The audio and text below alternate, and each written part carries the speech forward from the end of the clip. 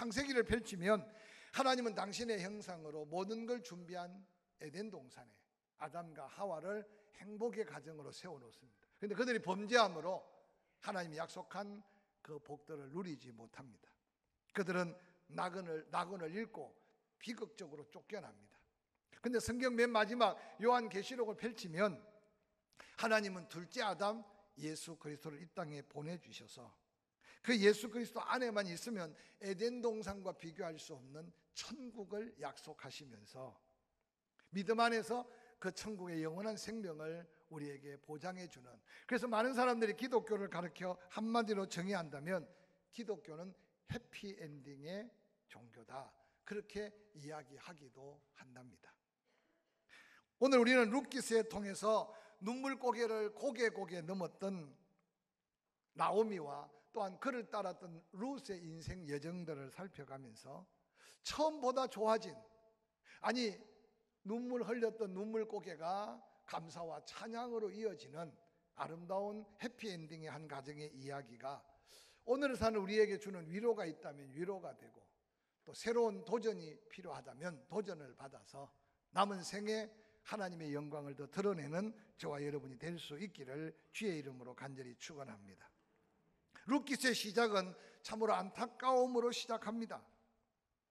하나님의 땅, 약속의 땅, 그 이름까지 베들레헴, 떡집이라고 이름 지었던 그곳. 그런데 그 베들레헴에 흉년이 듭니다. 흉년을 맞이하자마자 이곳저곳 동네 사람들 보따리를 챙겨서 살 곳을 찾아 떠납니다. 근데 본문에 등장한 다복했던 한 가정, 엘리멜렉의 가정, 그 가정도 웬일인지 하나님께 묻지 않고 이삿짐을 챙겨서 당시에 쉽게 갈 수 없는 요단 들편 동편에 있는 모압이라는 평원으로 이주를 갑니다. 모압 땅에 가서 몇 년이 되지 않아 가장인 엘리멜렉이 죽음을 맞이합니다. 눈물로 타향해서 남편을 여인 이 여인 나오미의 마음을 한번 헤아려 볼 수 있을 겁니다. 남편의 죽음을 위로라도 받으려고 했듯이 세월이 좀 더 지나가면서 두 아들 말론과 기론에게 모압 여인을, 이방인의 여인을 아내로 맞이하며 결혼을 시킵니다. 어느덧 세월은 10년이라는 세월이 지나갈 때 성경은 그렇게 말합니다. 남편 죽은 이후 이방 여인을 아내로 맞이하여 두 아들까지 장가를 보냈으나 세상 낙은커녕 두 아들까지 죽음을 맞이하고 새 과부만 남는 형편이 룻기스에 등장하는 오늘 모습입니다. 10년쯤 세월이 지난 후 때 그 비극을 가슴에 안고 나오미가 드디어 한 소식을 접하게 되는데, 어려워서 떠난 베들레헴에 하나님의 위로가 함께하고 하나님의 은혜가 함께해서 그곳에 먹고 사는 일에 풍족함이 있고 하나님의 은혜가 넘친다는 소문을 듣습니다.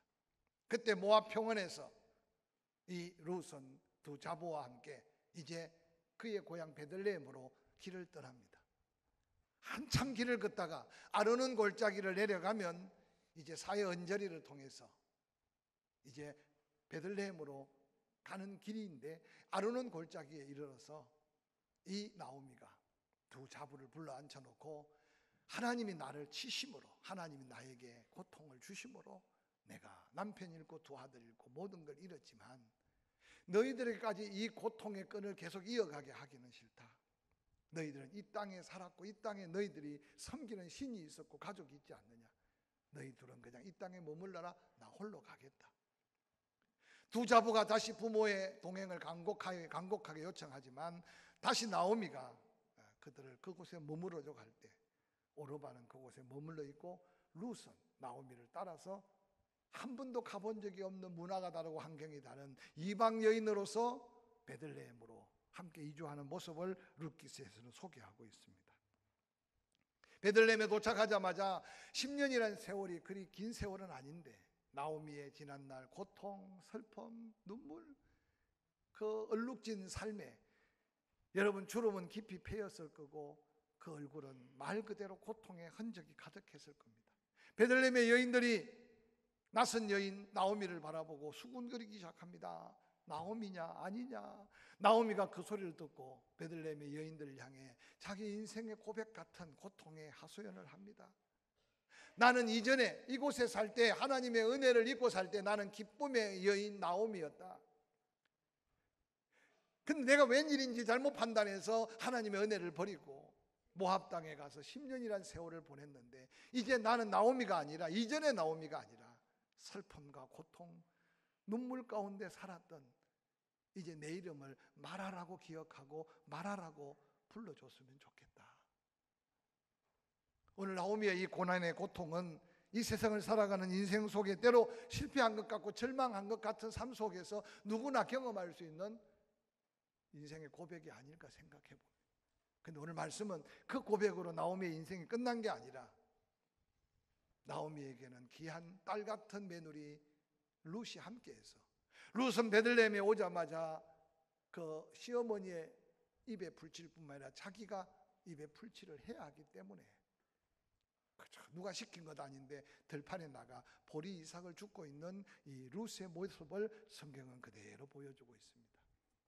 저는 이 말씀을 묵상하되 이방 여인으로서 얼마나 많은 사람들의 손가락질과 수근수르금이 있겠습니까? 그러나 아랑곳하지 않고 먹고 살아야 하니까 아니 부모를 공경하려고 하는 따뜻한 룻의 마음으로 이삭을 줍고 있는 이 여인의 모습이 마침 옛 시편 제자들이 고백했던 노랫가사처럼 시편 126편 5절 6절에 눈물을 흘리며 씨를 뿌리는 자는 기쁨으로 거두리로다.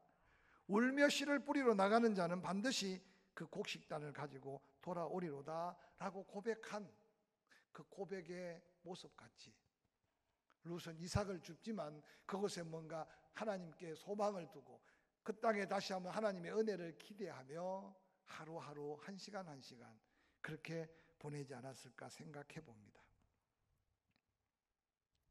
룻기서 3장에 보면 어느 날 이삭이 줍는 그 땅이 놀랍게도 룻은 알지 못했는데 훗날 자기 운명을 바꿀 보아스의 땅이었다는 것을 깨닫게 되고 시어머니의 배려, 세심한 사랑으로 보아스와의 아름다운 사랑의 러브 스토리가 잠시 이어지고 있는 내용을 보게 됩니다. 그 시어머니가 유대의 겔레와 여러 가지 상황들을 다 살펴서 이방 여인이지만 아무것도 모르는 룻에게 아름답게 연출을 도와주고 있습니다.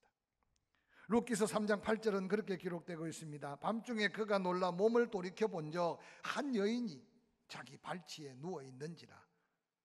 보아스의 발치에 지금 룻이 누워 있었던 거죠. 이르되 내가 누구냐 하니 대답하되 나는 당신의 여종 룻이오니 당신의 옷자락을 펴 당신의 여종을 덮으소서. 이는 당신이 기업 물을 자가 됨이니이다 하니. 그 시어머니가 세밀하게 설명하고 가르쳐주고 그래서 룻은 떨리는 마음으로 하나님의 은혜를 기다리며 시어머니의 말에 순종하며 한 번도 대면해 보지 않은 룻으로 볼 때는 이방 남자 발길에 지금 몸을 섞고 있는 모습을 성경은 소개하고 있어요. 보아스가 3장 10절에 말합니다. 내 딸아 여호와께서 내게 복 주시기를 원하노라. 내가 가난하건 부하건 젊은 자를 따르지 아니하였으니 내가 베푼 인애가 처음보다 나중이 더하도다. 내가 살림이 넉넉해서 젊은 여자를 거들떠 보지도 않고 살아왔는데 너를 보는 순간 내 마음이 지금 감동되었다는 표현이에요. 11절에 그리고 이제 내 딸아 두려워하지 말라. 내가 내 말대로 내게 다 행하리라. 내가 현숙한 여인인 줄 나의 백성들이 다 알고 있다라고 기록하고 있습니다. 인생을 운명으로 생각하면 어떻게 결혼을 한번 잘못해서 인생 팔자 다 망친 것 같은 룻이지만 성경을 자세히 살펴본 룻은 비록 고향을 버릴 수밖에 없었고 남편을 잃었고 외로운 시어머니를 평생 모셔야 되는 고생길을 접어들었다고 생각할 수 있겠는데 룻이 그 시어머니와 나누는 이야기 속에 모든 걸 다 잃어버려도 너무 귀중한 걸 얻은 룻의 고백을 우리는 살펴볼 수 있어요. 오르반은 그의 신과 그의 고향으로 돌아갔습니다. 성경 제자는 기록하기를 룻은 어머니 나를 떠나라고 하면 이제 나는 어머니가 내게 전해준 그 하나님이 나에게 벌 주셔서 내 인생 어디 가든지 저주받은 인생으로 살게 될 겁니다. 그러니 어머니 나를 더 이상 떠나라고 하지 마십시오. 룻의 고백 속에 하나님의 심판하시고 판단하시는 하나님을 룻은 이미 마음속에 모시고 영접하고 살고 있는 모습을 성경은 우리에게 보여주고 있어요. 어떤 사람은 결혼함으로 인생 팔자를 바꾼다고 하지만 이 룻이라는 여인은 모압 땅의 모압 남자를 만나 그저 평범한 여인으로 살아서도 그 인생에 의미 있는 삶을 살았을 수 있지만 타지에 온 이방 남자를 만나 살아보지도 못하고 아이 하나 낳지도 못하고 그러고는 죽었는데 이제 세상 사람이 볼 때는 무슨 운명이 기구한 운명인지 시어머니까지 모시러 이방 땅까지 베들레헴으로 가는 룻의 모습은 초라하기 그지없고 불행하기 그지없어 보일 겁니다. 근데 룻의 마음속에는 그 고백이 그게 아니었어요. 남편을 잃고 세상 모든 걸 다 잃어버린 같은 인생이지만 그는 그 시어머니를 통해서 하나님을 알고 하나님을 믿고 할렐루야. 그래서 그 하나님의 은혜를 따라 다시 고향을 버리고 요단강을 건너고 베들레헴으로 와 이삭을 주스면서 눈물로 하나님 앞에 하나하나 은혜를 심고 있는 그 여인을 베들레헴 사람들은 눈여겨보았어요. 아니 엘리멜렉의 가문에 거룩한 부담을 가진 보아스도 눈여겨보았어요. 그러고는 그 여인을 향해 내 딸아 내 딸아, 나뿐만 아니라 이 성에 사는 사람들이 네가 얼마나 부모를 잘 공경하고 네가 얼마나 하나님 앞에 현숙한 여인인지 다 안다. 오늘 룻기서는 아름다운 사랑의 하모니가 모여서 불행할 수밖에 없는 한 인생, 아니 이미 저주받은 것 같은 나오미의 고백이 뭡니까? 내가 풍부하여 베들레헴을 떠났으나 하나님이 치셨다. 그래서 모든 것을 다 잃어버렸다. 그리고 내 모습이 그 증거다. 그러나 하나님의 은혜를 구하러 다시 돌아왔다는 이 나오미의 고백 속에 그들의 삶의 현실을 발견하게 됩니다. 그런데 처절하게 찢어지고 처절하게 다 파괴되어 버린 것 같은 개인의 운명, 가정의 인생인데 그 가운데 사랑의 아름다운 모습들은 계속 피어나기 시작합니다. 룻의 아름다운 헌신적인 섬김으로 나오미의 마음을 감동했고 나오미는 자기 운명은 바꿀 수 없지만 그 불쌍한 룻의 운명이라도 바꾸고자 하는 아름다운 사랑의 스토리를 쓰기 시작하고 엮어가기 시작합니다. 룻은 나오미의 그 사랑을 감동받고 그러고는 외간 남자의 발길 앞에 누워서 은혜를 기다리면서 한번 상상해 보세요. 여인들이요 들판에 하루 추수하고 지쳐있는 보아스 발길에 누워있는 룻의 두근거리는 그 마음을 한번 생각해 보시기 바랍니다. 그 배후에 하나님께서 보아스의 마음을 감동시키고 보아스가 약속한 대로 그 기업 물을 일을 이루기 위해 돌아보니 그 마을에 보아스부터 앞선 한 가정이 있었어요. 그래서 보아스가 합법적으로 유대의 전례를 따라 성문 앞에 백성들이 모여있고 장로들이 모여있는 가운데 자기보다 먼저 거룩한 부담을 가질 기업 물을 자가 지나갈 때 이런 상황 속에 이 엘리멜렉의 가정을 다시 세워야 되고 이 불쌍한 두 시어머니와 며느리를 거두어 줘야 되는데 당신이 첫 번째 그 책임 물을 수 있는 책임이 있다. 놀랍게도 그는 고개를 살래살래 흔듭니다. 왜냐하면 엘리멜렉이 팔고 간 그 재산을 다 사도 자기 재산이 아니라 엘리멜렉 가문의 재산으로 이어져야 하고 혹이라도 룻을 맞이해서 아이를 낳아도 자기 족보에 올려 자기 자식이 아니라 엘리멜렉의 가문의 자식으로 이어져야 하는 일을 그는 단 한마디로 거절했습니다. 많은 사람 앞에 증인을 삼고 이제 드디어 보아스가 거기 모인 백성들 장로들에게 그가 기업을 물으지 않으면 다음 순서는 난데 내가 엘리멜렉의 가정의 기업을 물으겠습니다. 엘리멜렉이 판 땅을 다시 사들입니다. 그 땅의 소유는 보아스가 아니라 이제 엘리멜렉의 가문으로 이어지는 나오미와 룻의 소유가 되며 훗날 룻이 낳은 오벳 소유가 되는 헌신의 아름다운 모습을 보게 합니다. 뿐만 아니라 룻이 아들을 낳을 때 그 아들이 보아스의 아들이 아니라 바로 엘리멜렉의 가문에 이어갈 아들인 것을 알면서도 오늘 물질을 드리고 자기의 삶의 한 부분을 희생해 가며 사랑으로 하나님의 축복 앞에 선 보아스의 그 모습은 오늘 현대 교회가, 교회 안의 성도들이 때로는 내 시간, 내 물질, 내가 가진 소중한 것을 희생해 가면서도 하나님의 연출하심의 인생의 해피엔딩을 아름답게 꾸며가는 그런 삶의 축복들을 함께 도전하고 그 감격 속에 행복을 찾아가는 저와 여러분이 될 수 있기를 주의 이름으로 간절히 축원합니다. 룻기서 4장 13절은 이렇게 기록합니다. 이에 보아스가 룻을 맞이하여 아내로 삼고 그에게 들어갔더니 여호와께서 그에게 임신하게 하심으로 그가 아들을 낳았다. 여러분, 룻이 낳은 아들, 세상에 많은 여인이 낳은 아들이 아니라는 사실이기에 성경은 놀랐고, 룻은 상상조차 할 수 없었고, 나오미도 고향을 돌아오기는 돌아왔지만 상상조차 할 수 없었습니다. 저는 본문을 살펴가며 나오미에게 놀라운 믿음의 역사는 남편이 가자니까 갔고, 그저 남편 잃고 외로우니까 그저 두 아들을 모압 여인에게 맡겨서 장가를 보냈습니다. 그러나 이스라엘 백성들은 혈통을 중요하게 여기기 때문에 나오미가 모압 땅의 여인을 두 아들의 며느리로 맞이했다는 것은 어떤 면에서 영적으로 아직도 나오미는 세상에 더 기울어져 있는 삶의 원칙 속에 살고 있는 한 여인으로밖에 볼 수 없습니다. 근데 어느 날 나오미의 삶 속에 뒤늦은 깨달음이고 뒤늦은 돌이킴이지만 남편 잃고 두 아들까지 잃고 난 10년이라는 세월이 지나갈 때 예루살렘에서, 베들레헴에서 들려오는 하나님의 회복, 하나님의 놀라운 축복의 소식을 듣게 됩니다.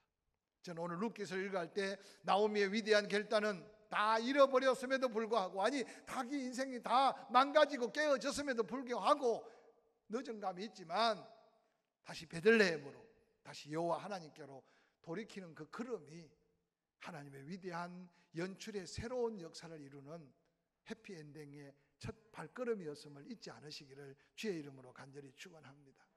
룻기서 4장 14절은 이렇게 이어서 말씀합니다. 베들레헴 여인들이 나오미에게 말합니다. 찬송해라, 찬송해라, 찬송해라. 그래서 오늘 저는 설교의 제목이 눈물이 찬송이 되게 하라 라는 설교 제목을 마음에 담았어요. 제가 이 본문으로 많이 설교했지만 이 설교 제목은 처음이에요. 따라합시다. 눈물이 찬송이 되게 하라. 할렐루야. 그것도 나오미의 고백이 아니라 나오미를, 그가 나오미 맞나 안 맞나, 어떻게 저렇게 팍 늙어서 어떻게 저렇게 불행해 하고 손가락했던 여인들이 하나님의 은혜의 회복을 바라보면서 도리어 나오미에게 위로하며 격려하기를, 나오미야, 너는 찬송해야 돼. 너는 하나님께 감사해야 돼. 너는 하나님을 찬양해야 돼. 할렐루야. 여호와께서 오늘 내게 기업 물을 자가 없게 하지 아니하였다. 이 아이의 이름이 이스라엘 중에 유명하게 되기를 원하노라. 이는 내 생명의 회복자이며 내 노년의 복량자라. 곧 너를 사랑하며 7 아들보다 귀한 내 며느리가 낳은 아이다 라고 축복하고 있어요. 이런 귀한 손자를 품에 안는 자는 더 찬송하시기를 주의 이름으로 간절히 축원합니다. 사랑하는 성도 여러분, 훗날 보아스가 룻에게 낳은 이 아들 오벳, 그 오벳은 그냥 아들이 아니라 오벳이 이삭을 낳고 이삭이 다윗을 낳고, 여러분, 그래서 마태복음 1장 5절에는 예수 그리스도의 세계를 소개하면서 그 유대인들을 향해 그리스도의 족보를 소개하는 중에 마태복음 1장 5절에는 살몬은 라합에게서 보아스를 낳고 보아스는 룻에게서 오벳을 낳고 오벳은 이새를 낳고 이새는 다윗 왕을 낳으니라. 다윗은 우리아의 아내에게서 솔로몬을 낳고 그래서 예수 그리스도가 오시는 놀라운 예수 그리스도의 나심의 족보에 이방 여인 룻의 그 이름이 등장하게 된 것은 누가 상상이라도 할 수 있는 은혜며 누가 생각이라도 할 수 있는 일이었을까 한번 생각해 보시기를 바랍니다. 이방 여인이었던 룻, 어떻게 그 온 인류를 구원하기 위해 오실 메시아의 족보에 오를 만큼 믿음의 여인이 될 수 있었겠습니까? 이 엄청난 하나님의 역사, 나오미도 룻도, 아니 베들레헴의 그 누구도 상상할 수 없었던 일이었습니다. 저는 이 말씀을 묵상하면서 하나님은 지금도 우리들이 상상할 수 없는 일들을 계획하고 연출하시고 이루시고 계신다는 사실을 믿어가면서 그 믿음의 증거가 더한 감격이 되고 감동이 될 수 있기를 주의 이름으로 간절히 축원합니다. 하나님을 버리고 떠난 안타까운 삶 속에 모든 걸 잃고 잃었던 나오미의 그 상처 입은 마음, 룻기서 4장 16절은 이제 이어서 이렇게 설명합니다. 나오미가 그 아이를 받아서 품에 안고 그의 양육자가 된다.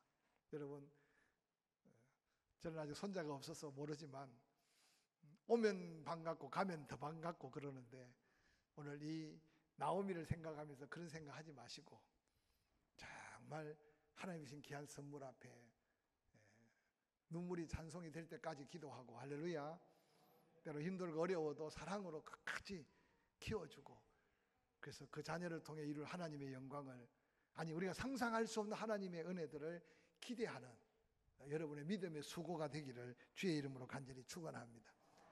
17절은 이어서 그렇게 말합니다. 그의 이웃들이 이같이 이름을 지어줍니다.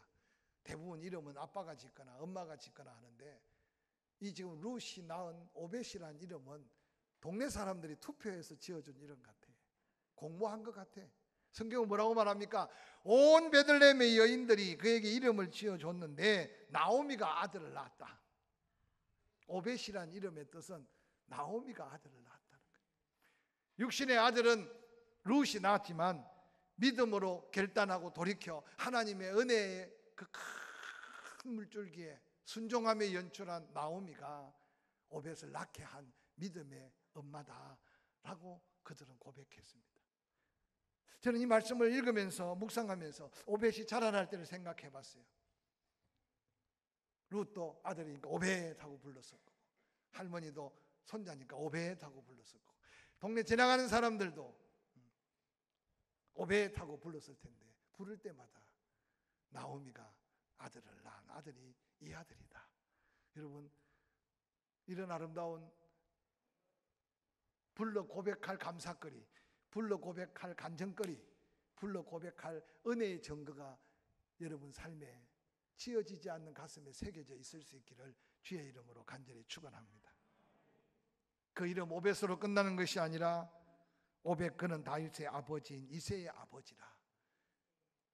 사랑하는 성도 여러분, 룻기서를 종합해 보면 룻기는 단순한 한 여인의 일대기나 한 가정의 가정사가 아니라 훗날 메시아 왕국, 그 왕국을 이끌 다윗 왕국이 이방 나라 이름 없이 버려질 한 여인의 운명 속에 하나님의 놀라운 은혜가 임한 것이 바로 룻기서의 놀라운 축복입니다. 마태복음 1장 1절에는 아브라함과 다윗의 자손 예수 그리스도의 계보라고 말하면서 마태복음에 이어지는 인류의 놀라운 구원자 예수 그리스도가 이 바로 이방 여인 룻의 태를 타 태어난 놀라운 하나님의 역사. 오늘도 많은 성도들 안에 엘리멜렉 같이 인생을 사는 사람도 있을 수 있어요. 조금만 어려우면 피하고, 조금만 힘들면 포기하고.